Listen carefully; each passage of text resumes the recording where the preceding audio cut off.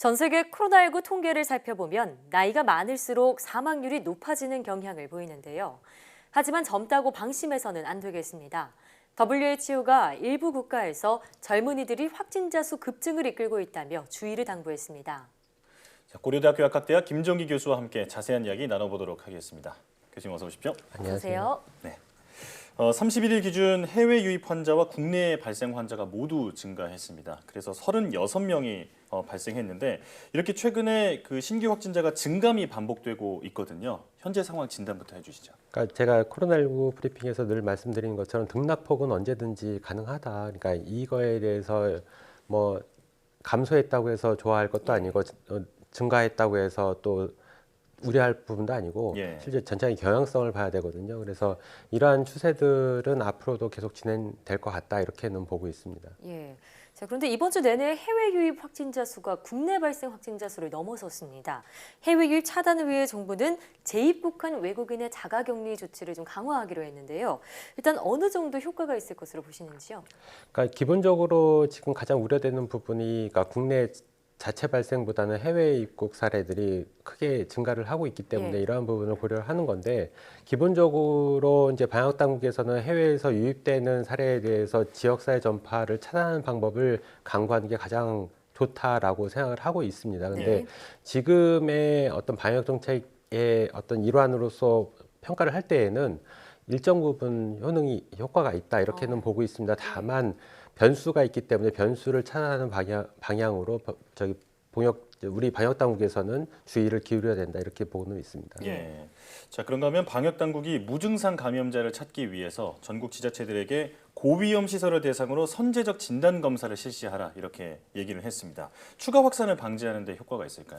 기본적으로 가장 우려가 되는 부분이 지역사회 전파에서 고위험군이 가장 우려가 되는 부분이거든요. 그래서 과거에 고위험군 얘기하면 요양병원이라든가 여러 가지 이제 어떤 집단들이 언급이 됐는데 실제로는 방역 당국에서 해야 될 일은 새로운 어떤 집단 감염의 우려가 있는 변수를 찾아내야 됩니다. 그래서 이런 부분들을 선제적으로 파악을 해가지고 대처를 해야 되는 부분이다. 그러니까 지금 현 상황에서 짚어보면 가장 우려스러운 부분이 이제 항만 쪽에서 유입되는 해외 유입 사례에 특히나 우리 항만 근로자들로부터 해가지고 지역사회 전파가 발생을 가능성이 충분히 있거든요. 그러니까 이런 부분에 대한 어떤 대책을 세울 것인가 이런 부분들에 대해서 미리 어떻게 보면 한 걸음 더 앞서서 방역 당국에서 선제적인 조치를 취해야 된다 이렇게 보고 있습니다. 네, 항만 방역 등과 같이 여러 가지 변수를 막는 데 주력을 해야 한다 이런 말씀이시고요.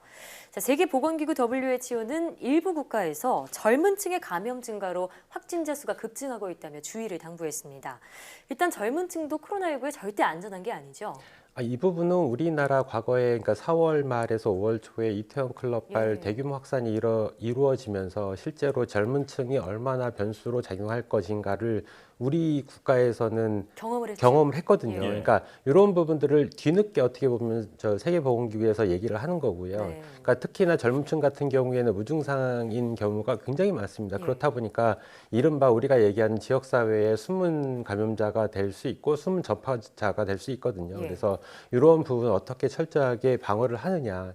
그러니까 실제로 보면은 면역력이 굉장히 왕성한 젊은층 같은 경우에는 자체 발생의 어떤 치사율은 굉장히 낮습니다만 추가적으로 고위험군에 전파를 시켰을 때 위험도가 굉장히 높기 때문에 이런 부분을 지금에 와서야 세계보건기구가 얘기를 하는 거고요.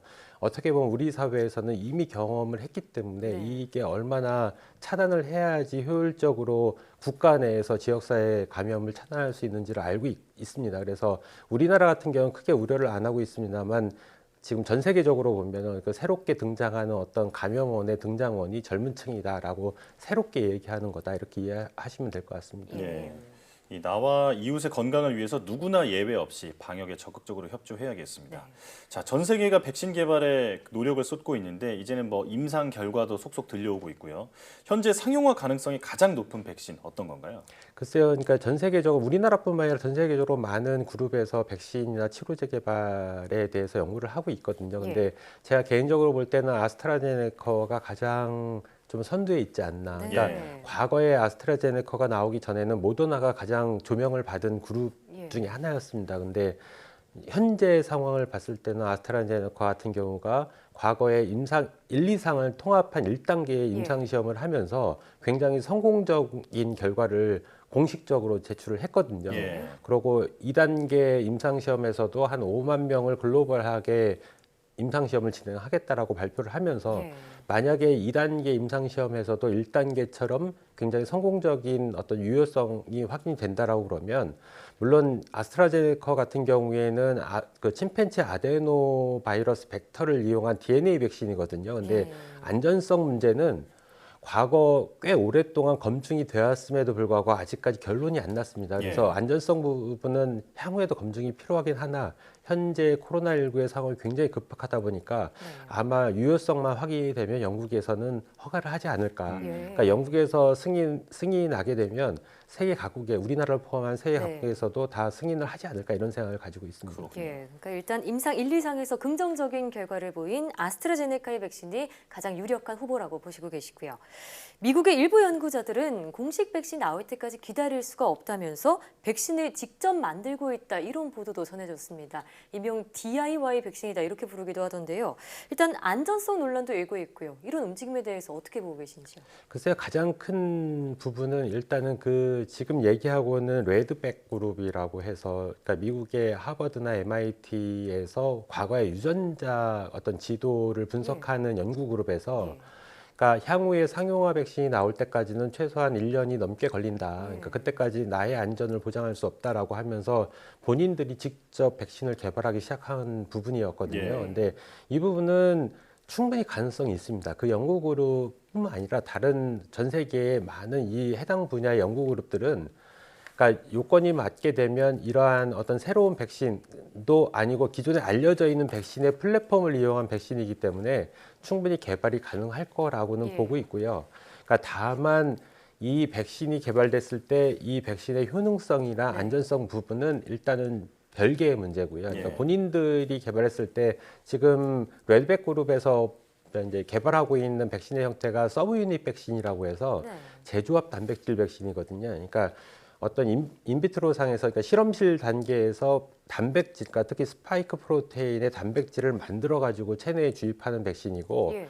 이 부분이 굉장히 오랫동안 그러니까 언급이 됐던 플랫폼입니다. 근데 가장 문제점은 효능이 굉장히 안 좋다. 효능이 떨어진다. 예, 그래서 지금 키토산이라고 하는 면역 증강제를 같이 혼합을 해가지고 예. 사용하는 방법으로 개발을 했거든요. 근데 이 부분은 이제 실제로 상용화라는 부분이 아니라고 자체 그룹에서 자신들이 백신을 맞겠다는 부분이기 때문에 그러니까 안전성이나 유효성 부분은 별개를 치고 이러한 움직임들이 있다라는 부분이 그러니까 어떻게 보면 새로운 그러니까 이게 실제로 공급이 된다는 측면은 여러 가지 그러니까 법적인 테두리 안에서 문제가 될 수 있습니다만 실제 이 그룹 내에서 자체적으로 만들고 있기 때문에 이러한 부분은 별개의 문제다. 그리고 향후에 이러한 부분을 어떻게 법적으로 판단할 것인지는 새롭게 검증을 좀 해봐야 된다 이렇게 보고 있습니다. 예, 법적인 판단의 문제는 별개로 하고요. 코로나19 사태가 완전히 끝나기 전까지 빨리 이 백신이 좀 유효성이 있고 안정성 있는 그런 백신이 나왔으면 좋겠습니다. 지금까지 고려대학교 약학대학 김정기 교수와 함께했습니다. 오늘 말씀 고맙습니다. 감사합니다.